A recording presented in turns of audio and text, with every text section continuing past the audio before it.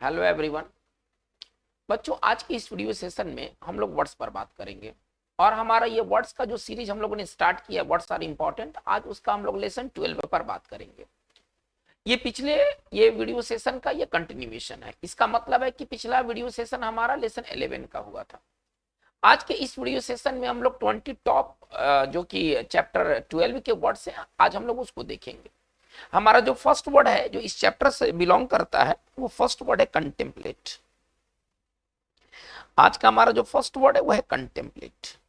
देखिए, contemplate verb है, ये पार्ट ऑफ स्पीच से वर्ब है। कंटेम्पलेट का अर्थ होता है विचार करना, मंथन करना, सोचना। ठीक है ना। चलिए, विचार करना, विचार करना, मंथन करना। चलिए, अब इसके हम सिनोनिम्स को देखेंगे कि कंटेम्पलेट के और क्या क्या सिनोनिम्स है। सिनोनिम्स, अगर सिनोनिम्स के बारे में बात करते हैं तो इसका सिनोनिम्स हो जाएगा कंसीडर, ठीक है ना, डेलिबरेट, ये सबका मतलब होता है विचार करना, सोचना, पॉन्डर, और भी कई वर्ड्स हैं। विचार करना और सोचना के लिए ना वर्ड्स की कमी नहीं है, लेकिन ये जो थ्री जो वर्ड्स हैं सिनोनिम्स के तौर पर बहुत इंपॉर्टेंट है, कंसीडर, डेलिबरेट और पॉन्डर। देखिए, इसमें ग्रामर एक चीज है कि अगर हम कंटेम्पलेट और कंसीडर से सेंटेंस बनाते हैं तो इनके बाद आने वाला जो वर्ब होता है ना वो V4 रूप में होता है। ये बात डेलिबरेट और पॉन्डर पर लागू नहीं होता है। एक बहुत इंपॉर्टेंट बात आप समझिए, एक आपके जानने लायक बात क्या है कि कंटेम्पलेट, एक ग्रामर का इसमें पॉइंट क्या है कि कंटेम्पलेट और यदि हम कंसीडर से यदि हम वाक्य बनाते हैं, ठीक है, और इन दोनों के बाद यदि कोई वर्ब आता है तो वह वर्ब का चौथा रूप होगा। मतलब वहां 2+V1 जो होगा वो गलत होगा। अगर इनके बाद अगर हम 2+V1 अगर हम इस्तेमाल करते हैं तो वह गलत होगा। जैसे कि एक उदाहरण से अगर हम लेते हैं कि मैंने कभी नहीं सोचा था अकेले विदेश में रहने के लिए, है ना, मैंने कभी नहीं सोचा था, है ना, कि कोई व्यक्ति का ऐसा स्टेटमेंट है, ठीक है ना, कि ये व्यक्ति कभी विदेश में रहने पर कभी विचार नहीं किया। ठीक है, चलिए, अगर हमको ऐसा लिखना है तो अगर इसी चीज को अगर लिखा जाए, आई नेवर कंटेम्पलेटेड, आई नेवर कंटेम्पलेटेड, ठीक है ना। चलिए, एब्रोड, चलिए यहां पर हमें सॉरी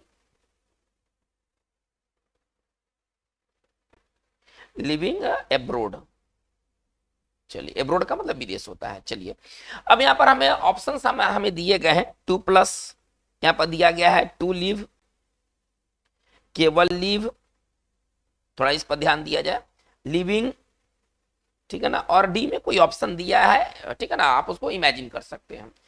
देखिए, ये आई नेवर कंटेम्पलेटेड, ठीक है ना, अब्रोड मतलब मैंने विदेश में कभी रहने पर विचार नहीं किया है। देखिए, अब रूल क्या कहता है कि कंटेम्पलेट और कंसीडर के बाद आने वाले जो वर्ब होते हैं वो V4 होना चाहिए। यानी कि अगर इस वाक्य में अगर हम टू लिव लिख देते हैं, I never contemplated to leave अगर लिख देते हैं तो ये 100% ये गलत है। तो हमारा जो सेंटेंस का करेक्शन किस प्रकार होगा, या भरेंगे कैसे, तो आई नेवर कंटेम्पलेटेड यहाँ पर होना चाहिए लिविंग, ठीक है ना, यहाँ पर होना चाहिए लिविंग। चलिए, उसने अपने फ्यूचर के बारे में मंथन किया, हमको ऐसा कहना है। कोई व्यक्ति है अपने फ्यूचर पर विचार किया, अपने फ्यूचर के बारे में मंथन किया, ठीक है। चलिए, तो हम कैसे लिखेंगे, ही कंटेम्पलेटेड, चलिए कंटेम्पलेट से बनाना चाहते हैं, ही कंटेम्पलेटेड हिज फ्यूचर। किसी व्यक्ति के बारे में कहा गया है कि उसने अपने फ्यूचर के बारे में मंथन किया, विचार किया। देखिए, एक इंपॉर्टेंट बात क्या मैं बताना चाहता हूं कि कंटेम्पलेट के बाद हम किसी प्रीपोजिशन का यूज नहीं करते हैं। यहां पर किसी तरह का अबाउट, किसी तरह का ओवर का जो यूज होगा वो गलत होगा। तो कंटेम्पलेट के साथ एक ग्रामर क्या कहता है, तो पहले आप इस ग्रामर को समझे कि कंटेम्पलेट के बाद आने वाले वर्ब V4, पहला ग्रामर। दूसरा ग्रामर इसके साथ क्या है, नो प्रीपोजिशन, इसके बाद हम किसी प्रीपोजिशन का यूज नहीं करते हैं। तो ये वर्ड के ग्रामर है, ये भरने में काफी मददगार होते हैं, ठीक है ना, ये भरने में काफी मददगार होते हैं। Fill in the blanks, cloze test, ये सारे जो ग्रामेटिकल पॉइंट्स हैं ये काफी इंपॉर्टेंट पॉइंट है। चलिए, तो ये कंटेम्पलेट वाली बात रही। हम आगे बढ़ते हैं, हमारा वर्ड नंबर 2 देखते हैं। वर्ड नंबर हमारा 2 क्या है, चलिए काउंटरफीट। देखिए, काउंटरफीट एक बहुत इंपॉर्टेंट वर्ड है, स्पेलिंग के दृष्टिकोण से भी और अर्थ के दृष्टिकोण से भी। काउंटरफिट का अर्थ होता है नकली, जो देखने में असली लगे लेकिन असली हो नहीं। विशेष तौर पर इसका यूज हम नोट के मामलों में करते हैं। जाली नोट कहना है, जाली नोट असली नोट की तरह दिखता है लेकिन वो असली होता नहीं है, ठीक है ना। तो जो असली की तरह दिखे लेकिन असली हो नहीं, वहां उसके लिए हम काउंटरफिट का इस्तेमाल करते हैं। तो काउंटरफिट एडजेक्टिव होगा, पहले पार्ट ऑफ स्पीच से क्लियर कर लेते हैं, और इसका जो हिंदी होगा वो होगा जाली या नकली। इसको हम कह सकते हैं जाली या नकली। चलिए अब इसके सिनोनिम्स क्या क्या हो जाएंगे, इसके सिनोनिम्स पर थोड़ा सा विचार करते हैं। तो हमारे पास वर्ड है फेक। फेक एक कॉमन वर्ड है। अगर कुछ भी अगर नकली कहना है और आपको समझ में नहीं आ रहा है कि यहाँ पर हम कौन सा वर्ड इस्तेमाल करें, तो फेक जो है ना सबसे कॉमन वर्ड है जिसका आप इस्तेमाल कर सकते हैं। फेक नोट भी होते हैं, नोट के लिए फेक भी इस्तेमाल कर सकते हैं। फेक करेंसी होते हैं। फेक अब कुछ भी, जैसे कि बाल है, अगर नकली बाल कहना है तो हम फेक लिख सकते हैं, फेक हेयर। दांत है, नकली दांत कहना है हम लिख सकते हैं फेक टीथ। नकली सिग्नेचर, कुछ भी नकली अगर आपको कहना है तो आप फेक का इस्तेमाल कर सकते हैं। ठीक है, फेक एक कॉमन वर्ड है, जबकि ये कॉमन वर्ड नहीं है, ये हर जगह यूज इनमें नहीं आएगा। हम ये नहीं कह सकते हैं काउंटरफिट हेयर, हम ये नहीं कह सकते काउंटरफिट टीथ, लेकिन हम इसको फेक से बना सकते हैं। ठीक है, तो फेक एक बहुत ही कॉमन वर्ड है। अगर कहीं भी कुछ भी अगर नकली जाली जैसा चीज लिखना हो तो हम फेक का इस्तेमाल कर सकते हैं। जबकि इन जैसे वर्ड्स का इस्तेमाल ना कुछ खास मामलों में ही होता है, हर जगह नहीं होता है। तो चलिए फेक, इसके बाद क्या सिनोनिम्स हो सकता है, बोगस। बोगस का भी अर्थ होता है नकली, जाली। और एक वर्ड है आपके पास स्प्यूरियस। स्प्यूरियस का भी अर्थ होता है नकली, जाली। देखिए ये इनका जो इस्तेमाल होता है कुछ खास क्षेत्रों में होता है, हर जगह नहीं होता है। हर जगह इस्तेमाल होने वाला वर्ड आपका फेक है। जैसे कि देखिए अब किसका इस्तेमाल कहां होगा उसकी हम बात करेंगे। एंटोनिम्स क्या हो जाएगा इसका, जेन्युइन। ठीक है ना, यदि कोई चीज जेन्युइन है तो वो असली है। ठीक है ना, चलिए वास्तविक या असली, इसका हिंदी क्या हो जाएगा, वास्तविक या असली। चलिए अब हम पेयर थोड़ा देख लेते हैं, किसके साथ हम क्या पेयर बना सकते हैं। पेयर बहुत इंपॉर्टेंट चीज होता है। ठीक है ना, ये वर्ड को समझने में मदद करेगा। चलिए काउंटरफिट क्या क्या हो सकता है भाई, तो ज्यादातर काउंटरफिट के साथ नोट या करेंसी का इस्तेमाल होता है। चलिए ये तो पहले आप समझ ले कि काउंटरफिट का इस्तेमाल किस फील्ड में करते हैं, तो नोट या करेंसी के मामलों में। चलिए बोगस देखते हैं, बोगस क्या हो सकता है ना, कोई पद जैसे कि नकली डॉक्टर, नकली टीचर, मतलब टीचर बन के पढ़ा रहा है, वो टीचर का डिग्री लिया नहीं है, नकली डॉक्टर है, नकली टीटी है, कोट पहन लिया है, नकली पुलिस वाला है। तो इस तरह के जो लोग होते हैं ना वो बोगस होते हैं। ठीक है ना, हम लिख सकते हैं बोगस डॉक्टर। आप जो क्लेम जो कॉन्ट्रैक्ट हुआ है, जो एक करार हुआ है, दो पार्टी के बीच जो करार हुआ है वो नकली करार हुआ है, हम कह सकते हैं बोगस कॉन्ट्रैक्ट। कॉन्ट्रैक्ट का मतलब करार। ठीक है ना, चलिए तो इन मामलों में हम बोगस का इस्तेमाल करेंगे। चलिए स्प्यूरियस का इस्तेमाल किस मामलों में करेंगे भाई, चलिए स्प्यूरियस क्या होता है पहले आप ऐसे समझिए। स्प्यूरियस मेडिसिन होता है, नकली दवा। देखिए अब नकली दवा कहना है ना तो ये बात है सर, ये काउंटरफिट से नहीं बनेंगे। नकली दवा के लिए हम बोगस नहीं लिख सकते हैं, सबका अपना अपना पेयर है। इसी को कहते हैं कोलोकेशन, है ना। ये कोलोकेशन बहुत इंपॉर्टेंट है, फिल इन द ब्लैंक्स भरने में काफी मदद करेंगे। ठीक है ना, तो कोई मेडिसिन या ड्रग जो हो सकता है, दवा, वो क्या हो सकता है, तो वो सर वो स्प्यूरियस हो सकता है। ठीक है ना, चलिए जो नकली जो जहरीली शराब हम लोग देखते हैं, है ना, स्प्यूरियस वाइन होता है। वो जो जहरीली शराब होता है वो नकली शराब है ना जी, एक्चुअल शराब तो है नहीं। ठीक है ना, वो शराब की तरह दिखता है लेकिन एक्चुअली शराब नहीं होता, जहरीली शराब होता है, पीने से लोगों की मृत्यु हो जाती है।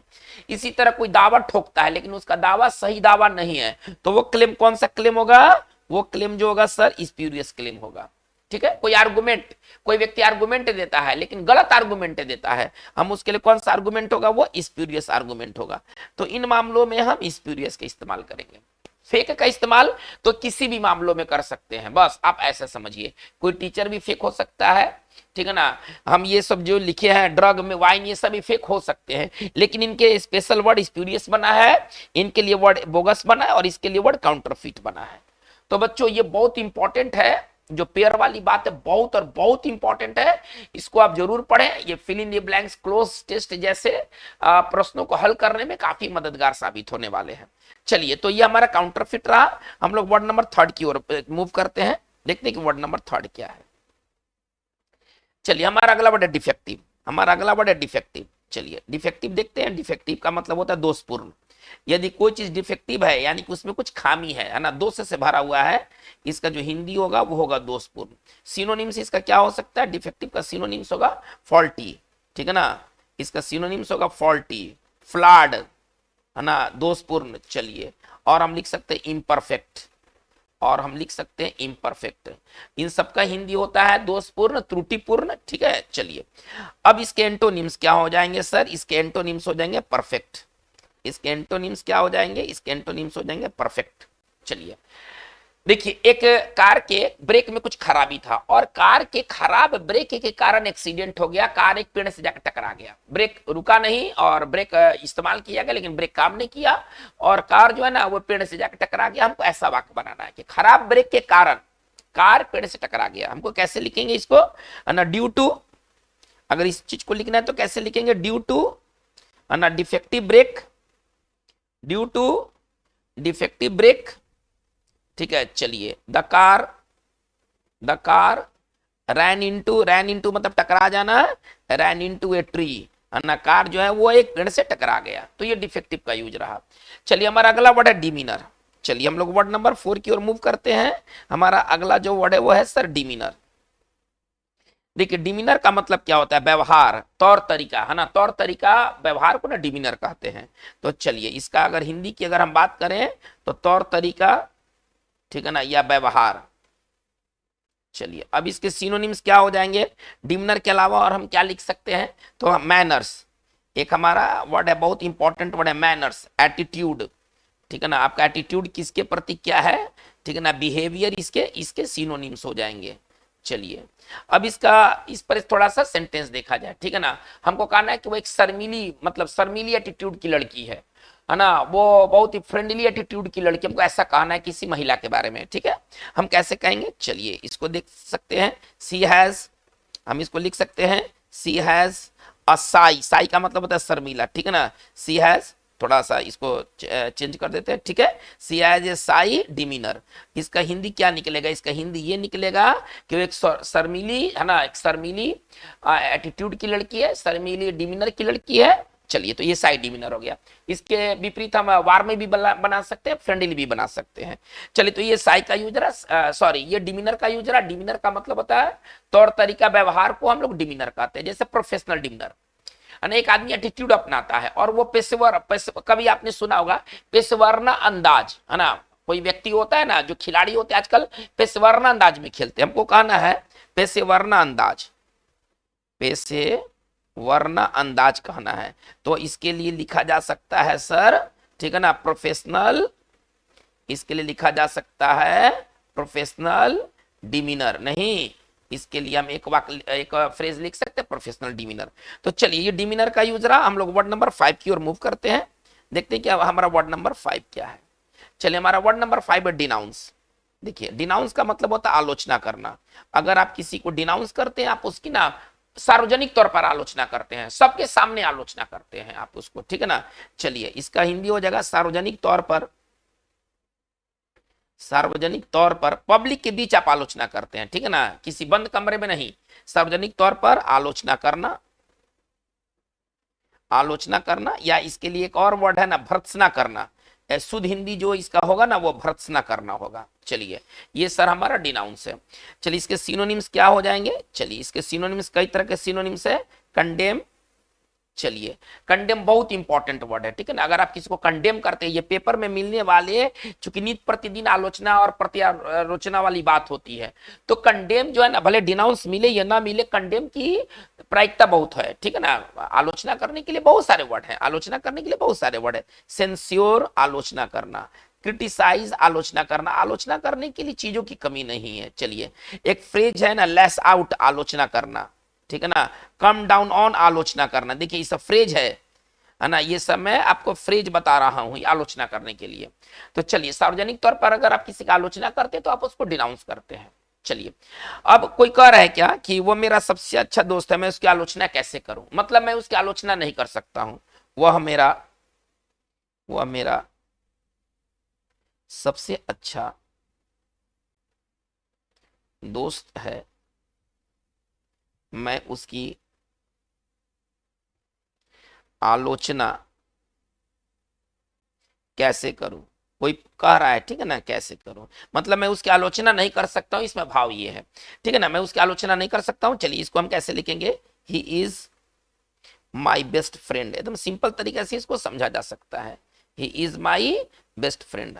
हाउ, चलिए, आई कैन, चलिए, आलोचना करने के लिए तो इतने सारे वर्ड्स है, इतने सारे में कोई भी वर्ड इस्तेमाल कर सकते हैं, लेकिन पब्लिक की आलोचना करने के लिए वर्ड डिनाउंस है।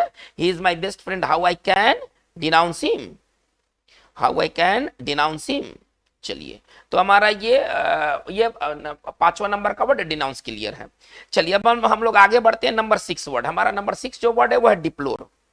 हमारा जो छठा जो वर्ड है वह है डिप्लोर। देखिए डिप्लोर का मतलब क्या होता है, अगर आप किसी चीज से डिप्लोर करते हैं, आप उससे ना जबरदस्त घृणा करते हैं, जबरदस्त घृणा करते हैं, आप ऐसा समझिए, है ना। तो मतलब इसका सिंपल हिंदी होता है घृणा करना, ठीक है ना, सिंपल हिंदी होता है घृणा करना। चलिए सिनोनिम्स इसका क्या हो जाएगा, चलिए इसका थोड़ा सा एंटोनिम्स के बारे में बात कर लेते हैं, थोड़ा सा एक चीज मिस हो गया है, यहीं पर कर देते हैं।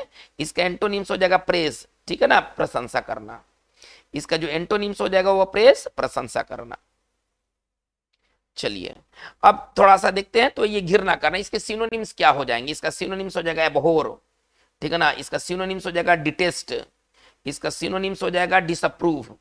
तो अगर आप इन चीजों की निंदा करते हैं, एक तरह से घृणा करते हैं, तो आप उसको डिप्लोर करते हैं। जैसे कि देखिए कुछ लोग जानते हैं परिवर्तन नहीं चाहते हैं, जैसा है वैसा ही ठीक है उनके लिए, वो कोई तरह का चेंज से ना घृणा करते हैं, वो जैसा जी रहे हैं वो उसी से खुश रहते हैं, हमको ऐसा कहना है, ठीक है ना। चलिए पहले इसके एंटोनिम्स देख लेते हैं। इसका जो एंटोनिम्स क्या होगा, एडमायर, तारीफ करना, ठीक है ना।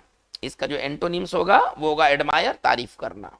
अगर आप किसी की एडमायर करते हैं, आप उसकी तारीफ करते हैं। चलिए हमको यही बात कहना है कि कुछ लोग जो है ना परिवर्तन से घृणा करते हैं, इसको हम कैसे लिख सकते हैं, सम पीपल, ठीक है ना, डिप्लोर, सम पीपल डिप्लोर द चेंज। वो परिवर्तन नहीं चाहते हैं, वो चाहते कि वो जैसे हैं वैसे ही वो ठीक है।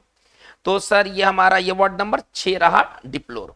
चलिए अब हम लोग वर्ड नंबर 7 की ओर मूव करते हैं, देखते हैं कि वर्ड नंबर हमारा 7 क्या है।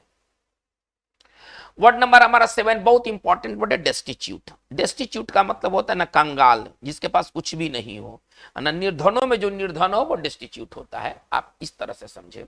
डेस्टिट्यूट पार्ट ऑफ स्पीच से एडजेक्टिव होंगे और इसका मतलब होगा कंगाल, ठीक है ना, दरिद्र, ठीक है ना। दरिद्र का मतलब जो कंगालों में कंगाल होता है ना उसको दरिद्र कहते हैं। चलिए इसके सिनोनिम्स क्या हो जाएंगे, मतलब कंगाल और दरिद्र के लिए हमारे पास और क्या वर्ड है, चलिए देखते हैं। वर्ड की कमी नहीं है, पेनीलेस, पेनीलेस मतलब जिसके पास एक फुटी कौड़ी ना हो। पेन्यूरियस अत्यंत गरीब। चलिए देखिए वर्ड मैं आपको दे रहा हूं, ये सारे ढंग के वर्ड है। पेन्यूरियस, चलिए इसके बाद हम आते हैं इम्पोवेरिस्ट। अगर कोई व्यक्ति अगर इम्पोवेरिस्ट है तो वह सर बहुत गरीब है। ये 3 जो वर्ड है ना ये ढंग के वर्ड है, हालांकि वर्ड की और कमी नहीं है, वर्ड और भी दिए जा सकते हैं। चलिए इसका अपोजिट क्या है भाई, है इसका अपोजिट हो जाएगा संपन्न, ठीक है ना, प्रॉस्पेरस।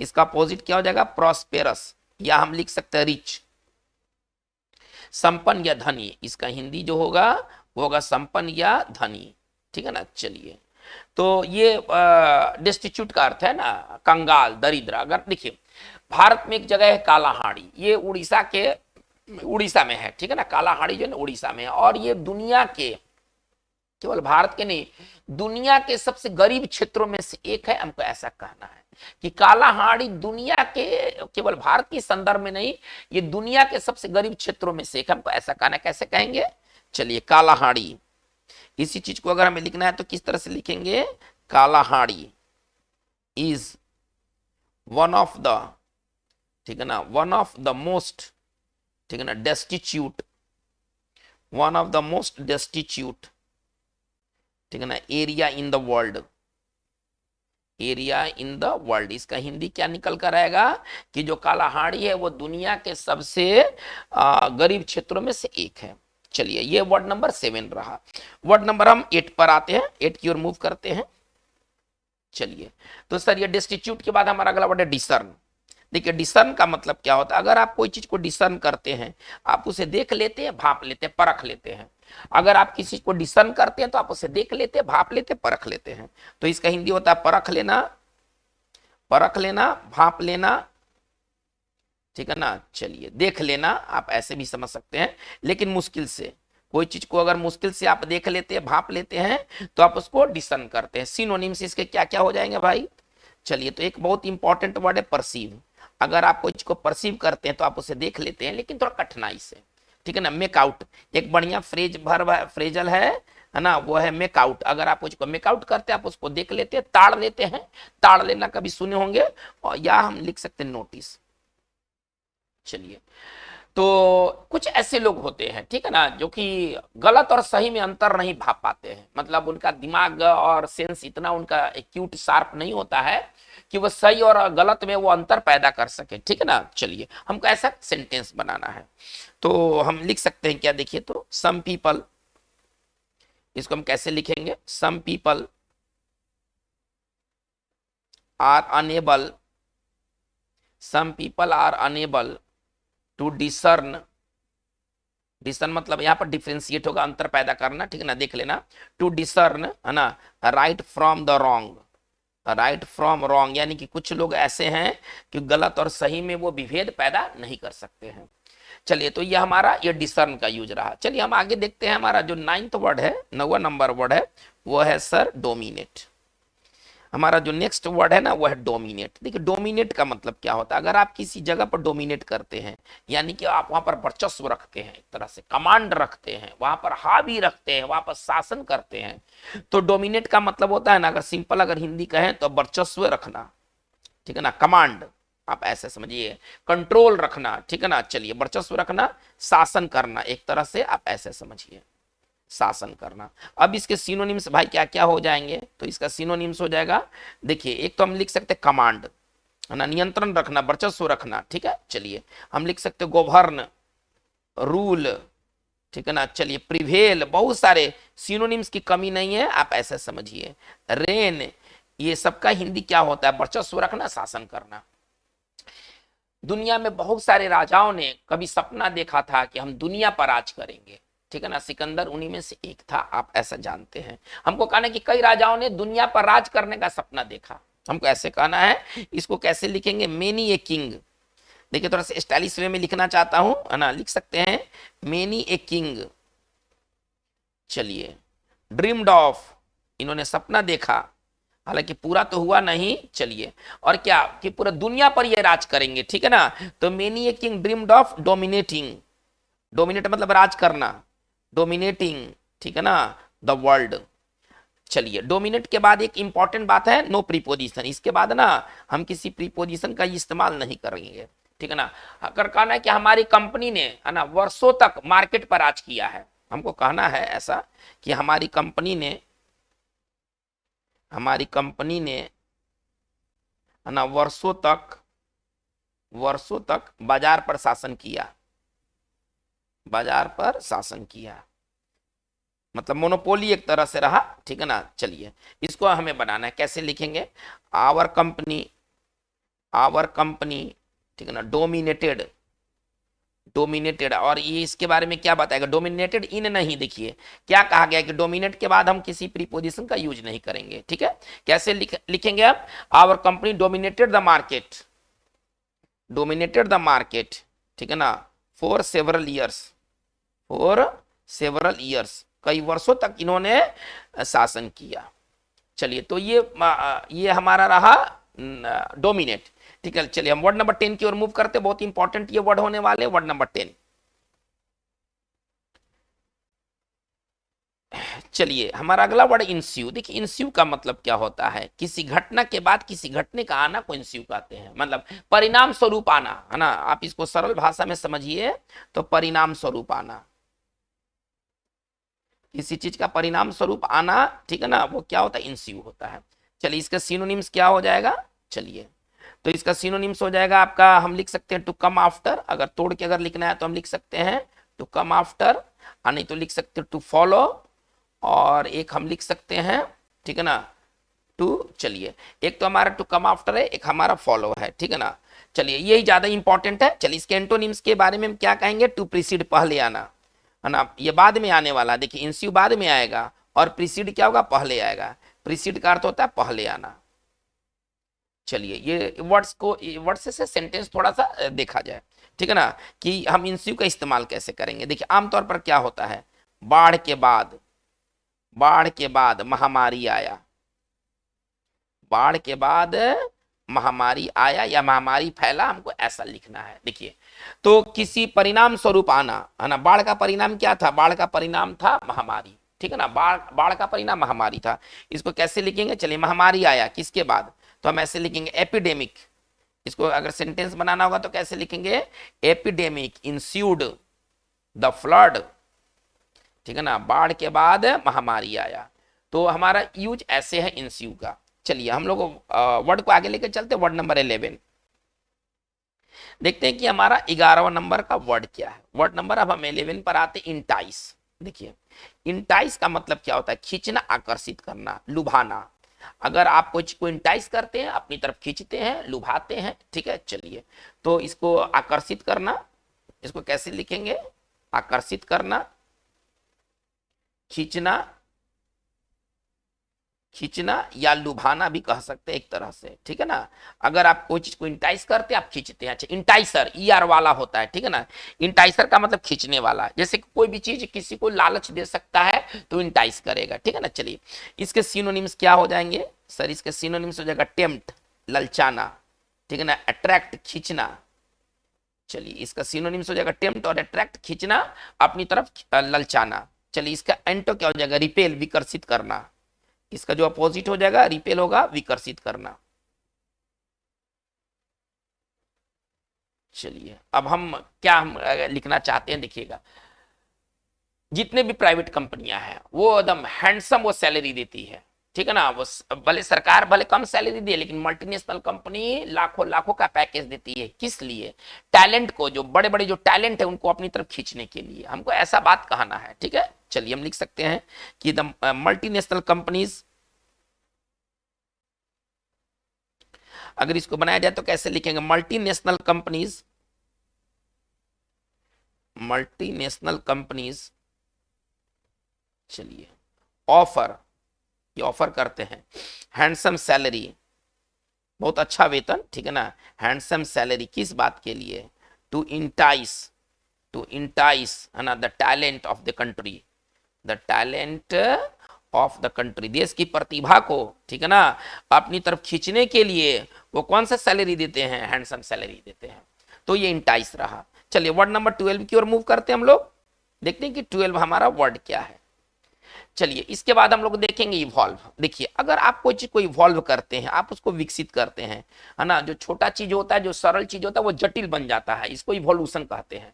छोटा चीज बड़ा हो जाता है, आप ऐसे समझिए, ठीक है ना। चलिए इवॉल्व का मतलब होता है विकसित होना, पनपना, ठीक है ना। इसको अगर सिंपल अगर हिंदी कहें तो इसका हिंदी हो जाएगा विकसित होना। चलिए अब इसका सिनोनिम्स क्या हो जाएगा भाई, इवॉल्व का सिनोनिम्स हो जाएगा एडवांस, विकसित होना, डेवलप, विकसित होना। चलिए सेंटेंस ही से बेहतर समझा जा सकता है। कोई व्यक्ति है ना, वो पेंटिंग शुरू किया, लेकिन 10 वर्ष लगा उसको पेंटिंग को इवॉल्व होने में, मतलब विकसित होने में। कैसे लिखेंगे, हिज स्टाइल ऑफ पेंटिंग, इसको अगर लिखना है तो कैसे लिखेंगे, his style of painting, his style of painting, ठीक है ना। चलिए इवॉल्व्ड, इवॉल्व्ड ओवर, है ना, a decade, over a decade, decade मतलब 10 साल, ठीक है ना। इसका हिंदी क्या हुआ कि जो उसकी पेंटिंग की जो शैली थी, ठीक है ना, छोटा से बड़ा होने में कितना साल लगा उसको, छोटा से बड़ा होने में उसको ना एक डिकेड 10 साल लगा। His style of painting evolved, विकसित हुआ, मतलब उसको बड़ा डेवलप हुआ वो, ठीक है ना। किसी व्यक्ति का स्टाइल अचानक डेवलप नहीं होता है, वर्षों लग जाते हैं उस चीज को डेवलप होने में। इसी चीज को इवॉल्व, इवॉल्व से बनाया गया है, his style of painting evolved over a decade. अब पृथ्वी का इवोल्यूशन, इवोल्यूशन आपको अर्थ साइंस में भी पढ़ना है। हजारों हजार वर्ष लगे आज का पृथ्वी, जिस पृथ्वी पर आज हम हैं, यहां तक आने में, ठीक है ना। ये तो पहले कहा गया है कि ये मतलब ये एक ज्योग्राफी में वो सारे चीज पढ़ने, अब इंग्लिश में वो नहीं लाना चाहता हूं। पहले वो गैस का गोला था, फिर वो इस अवस्था में आने में ना उसको लाखों लाख वर्ष लग गए। तो ये होता है इवोल्यूशन किसी चीज का, ठीक है ना, छोटा से बड़ा हो जाना। चलिए तो बच्चों ये हमारा रहा वर्ड नंबर 12। वर्ड नंबर 13 की ओर मूव करते हैं, देखते हैं वर्ड नंबर 13 हमारा क्या है। चलिए अब वर्ड नंबर 13 में आते हैं फेन। देखिए फेन का मतलब क्या होता है, ढोंग करना, दिखावा करना। अगर आप कोई चीज को फेन करते, विशेष तौर पर बीमारी का, तो आप बनावटी दिखाते हैं, नखड़ा दिखाते हैं, है ना, ढोंग करते हैं, ये फेन होता है, ठीक है। चलिए फेन का मतलब होता है ढोंग करना, ढोंग करना, दिखावा करना, दिखावा करना। चलिए ये फेन है। चलिए इसके सिनोनिम्स क्या क्या हो जाएंगे भाई, इसके सिनोनिम्स हो जाएंगे, ठीक है ना, सिमुलेट, अगर आप किसी को सिमुलेट करते हैं, आप ढोंग करते एक तरह से, इसका साइन हो जाएगा प्रिटेंड, ढोंग करना। प्रिटेंड तो बहुत कॉमन वर्ड है ढोंग करने के लिए। चलिए, एक हमें कहना है कि जब काम करने का समय आता है तो वह बीमारी का ढोंग करती है, ठीक है ना। आप करने लगते हैं कि भैया हम बीमार हैं, आप, हालांकि वो बीमार नहीं है, ठीक है ना। चलिए, इसको कैसे लिखेंगे कि जब काम करने का समय आता है वो बीमारी का ढोंग करती है। व्हेन इट कम्स टू, देखिए कैसे लिखता हूं, when it comes to working. चलिए, कम्स टू के बाद ना V4 का इस्तेमाल होगा। When it comes to working, इसका हिंदी क्या हुआ कि जब काम करने की बारी आती है, जब काम करने का समय आता है। सी, है ना। चलिए, फेंस, फेंस, है ना, एंड इलनेस, तो वह बीमारी का ढोंग करने लगती है। सी फेंस एंड इलनेस, वह बीमारी का ढोंग करने लगती है। तो ये हमारा, ये वर्ड हमारा फेन क्लियर है। चलिए, हम लोग आगे वर्ड नंबर 14 की तरफ मूव करते हैं, देखते हैं थोड़ा फटाफट। वर्ड नंबर 14 क्या है भाई? फाउंडर। फाउंडर यहाँ पर वर्ब है, थोड़ा ध्यान दिया जाए। फाउंडर का मतलब होता है डूब जाना, जहाज का डूब जाना को फाउंडर कहते हैं, जहाज का डूबना, है ना। अगर कोई जहाज डूब जाए, टूट जाए, तो वह फाउंडर होगा। आवश्यकता पड़ने पर प्रीपोजिशन ऑन का हम प्रयोग करेंगे, इसको थोड़ा सा ध्यान में रखना है। आवश्यकता पड़ने पर, ऐसे थोड़े, ठीक है ना। अगर हमको कहना है कि कोई जहाज था, चट्टान से टकरा के टूट गया, ठीक है ना, तो अब वहां पर हम ऑन रॉक लिखेंगे। लेकिन जब वो ऐसा नहीं है तो फिर हम और भी प्रीपोजिशन का यूज कर सकते हैं। चलिए, हमको कहना है कि टाइटेनिक, पहले इसका हम लोग सिनोनिम्स देखते हैं। इसका कॉमन सिनोनिम्स हो जाएगा सिंक, डूबना, ठीक है ना। गो अंडर, डूब जाना।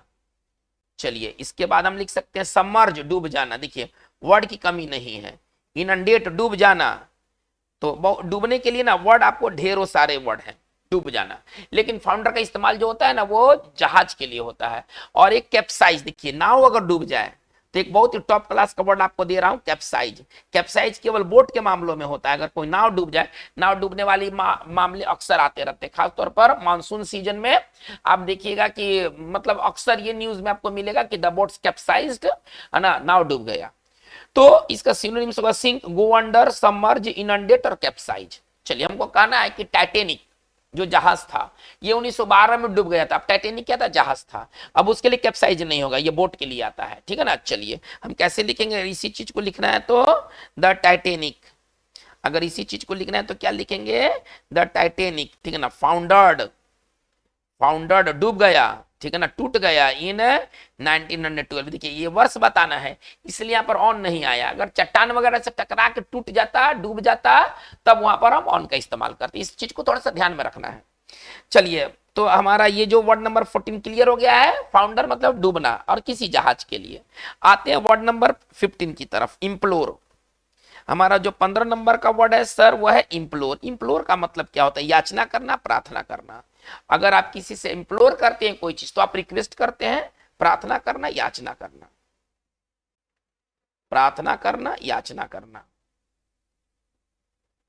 चलिए, अब इसके सिनोनिम्स क्या क्या हो जाएंगे? इसका सिनोनिम्स हो जाएगा बेग, रिक्वेस्ट, ठीक है ना, इंट्रीट। ये सबका मतलब होता है याचना करना, प्रार्थना करना। एडजियोर, सबका एक ही मतलब है, ठीक है ना। अगर आप किसी को इंप्लोर करते हैं, आप उसकी याचना करते हैं, आप उसकी प्रार्थना करते हैं। चलिए, वर्ड नंबर 16 की ओर थोड़ा सा फटाफट मूव करते हैं। इस बार हमारा वर्ड नंबर 16 देख लेते हैं। तो वर्ड नंबर 16 हमारा इंडिस्पेंसिबल। हमारा वर्ड नंबर 16 है इंडिस्पेंसिबल। इंडिस्पेंसिबल का मतलब होता है जो आवश्यक हो, जो जरूरी हो, ठीक है ना।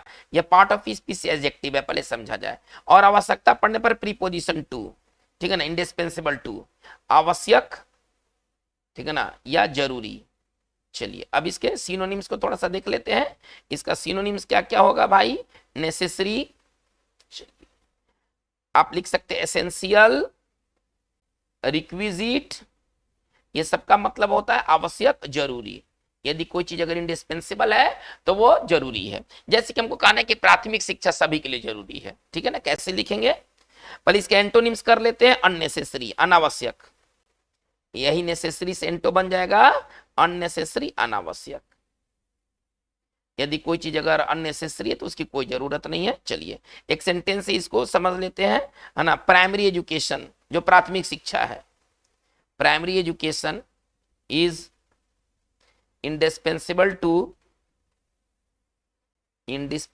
to everyone। इसका हिंदी क्या निकल कर आएगा?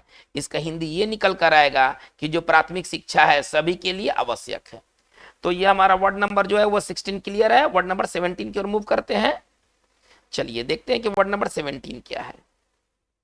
चलिए वर्ड नंबर 17 है इनसिग्निफिकेंट। देखिए यदि कोई चीज अगर इनसिग्निफिकेंट है तो वो महत्वहीन है, उसका कोई महत्व नहीं है। इस वर्ड को पहले भी किया जा चुका है, तो चलिए इसका हिंदी जो हो जाएगा महत्वहीन, मामूली, जिसका कोई महत्व ना हो। ठीक है, चलिए इसके सिनोनिम्स आप लिख सकते हैं माइनर, स्मॉल, ठीक है ना, अनइम्पॉर्टेंट, अनइम्पॉर्टेंट। और इसके एंटोनिम्स के लिए ज्यादा कुछ नहीं करना, इसी में से इन हटा देंगे तो एंटोनिम्स हमें प्राप्त हो जाएगा ना, सिग्निफिकेंट, महत्वपूर्ण। इसका एंटोनिम्स बस इसी में कुछ जोड़ करके हम इसका एंटोनिम्स बना सकते हैं। तो अगर कोई चीज अगर सिग्निफिकेंट है तो वो महत्वपूर्ण है। वर्ड नंबर 18 की ओर मूव करते हैं। चलिए 17 क्लियर है। वर्ड नंबर 18 है सर मॉडिफिकेशन। मॉडिफिकेशन का मतलब होता है बदलाव, चेंज, अल्टरेशन। मॉडिफिकेशन नाउन है, ठीक है ना। इसका हिंदी क्या हो जाएगा, परिवर्तन या बदलाव, परिवर्तन या बदलाव, ठीक है ना। चलिए सिनोनिम्स क्या क्या होंगे, तो इसका सिनोनिम्स हो जाएगा अल्टरेशन। अल्टरेशन मतलब बदलना होता है। चलिए अल्टरेशन, या हम लिख सकते हैं चेंज। चलिए वर्ड नंबर हम 19 की ओर आते हैं हम लोग। चलिए वर्ड नंबर हमारा 19 है रिनाउंस। बहुत ये इंपॉर्टेंट वर्ड है। अब ये थोड़ा सा इंपॉर्टेंट वर्ड हमें देखने को मिला है। रिनाउंस का मतलब होता है त्याग देना। सार्वजनिक तौर पर कोई सुविधा, पद, पदवी जैसा कोई चीज अगर आप त्याग देते हैं, आप उसको रिनाउंस करते हैं। ठीक है, रिनाउंस का मतलब होता है त्याग देना। चलिए अब इसके सिनोनिम्स क्या क्या हो जाएंगे, इसके सिनोनिम्स को थोड़ा सा देख लेते हैं। तो इसका सिनोनिम्स हो जाएगा फोरसेक। फोरसेक मतलब त्यागना, एबांडन छोड़ देना, ठीक है ना। रेलिंक्विश त्याग देना, रेलिंक्विश त्याग देना। हमको कहना है कि जो उसको विशेष सुविधा मिली थी, उस विशेष सुविधा को उसने त्याग दिया। हम कैसे लिखेंगे, जो विशेष सुविधा उसको मिली थी उसने विशेष सुविधा को त्याग दिया। तो इसको हम इस तरह से लिख सकते हैं, ही रिनाउंस्ड प्रिविलेजेस, ठीक है ना। उसको बहुत सारी सुविधाएं दिया गया था, लेकिन सारी सुविधाओं को उसने त्याग दिया। ही रिनाउंस्ड प्रिविलेज। देखिए जालियांवाला बाग कांड के बाद गांधी जी ने कैसर हिंद की उपाधि त्याग दी। हमको ऐसे लिखना है, तो हम कैसे लिखेंगे, गांधी, ठीक है ना। चलिए renounced the title of Kaisar-e Hind, Kaisar-e Hind after Jallianwala massacre. Massacre मतलब नरसंहार। चलिए तो हमारा ये वर्ड नंबर 19 हमारा क्लियर है ना। रिनाउंस का मतलब होता है त्याग देना। चलिए वर्ड नंबर 20 देखते हैं, और लास्ट वर्ड इस चैप्टर का है सर आपका वर्ड है रिवॉल्व। रिवॉल्व का मतलब क्या होता है, चारों तरफ घूमना, परिक्रमा करना, ठीक है ना। ये कोई खास वर्ड नहीं है। चलिए परिक्रमा करना। तो बच्चों आज का हमारा ये वीडियो सेशन में बात इतना ही। हम लोगों ने 20 वर्ड्स देखे, जिसमें कि लगभग 15 वर्ड्स वेरी वेरी इंपॉर्टेंट है। हर तरह के परीक्षाओं में आने वाली ये सारे वर्ड्स हैं, सारे वर्ड न्यूट्रल है। मतलब न्यूट्रल करने का मतलब है कि ना तो फॉर्मल है ना तो इनफॉर्मल है। तो वैसे वर्ड न्यूट्रल होते हैं ना, उनकी यूजेस बहुत बार आपको देखने को मिलेंगे। ये मोस्ट फ्रीक्वेंट ये वर्ड्स हैं। तो आप इस वीडियो को देखें, इसका निष्कर्ष निकालें, आकलन करें। जो आपको पॉजिटिव निगेटिव समझ में आता है आप उसको जरूर आप उसके बारे में फीडबैक हमें दें, ताकि हमें और भी अच्छा वीडियो बनाने का ये मोटिवेशन मिल सके। यदि आप नए हैं और आपने चैनल को सब्सक्राइब नहीं किया है तो आप इसे जरूर करें और लोगों के बीच इसे प्रमोट करें। जैसे आपने लाभ पाया है तो दूसरे भी इसी तरह से लाभ पाए। तो आज की बात बस इतना ही। Thank you very much.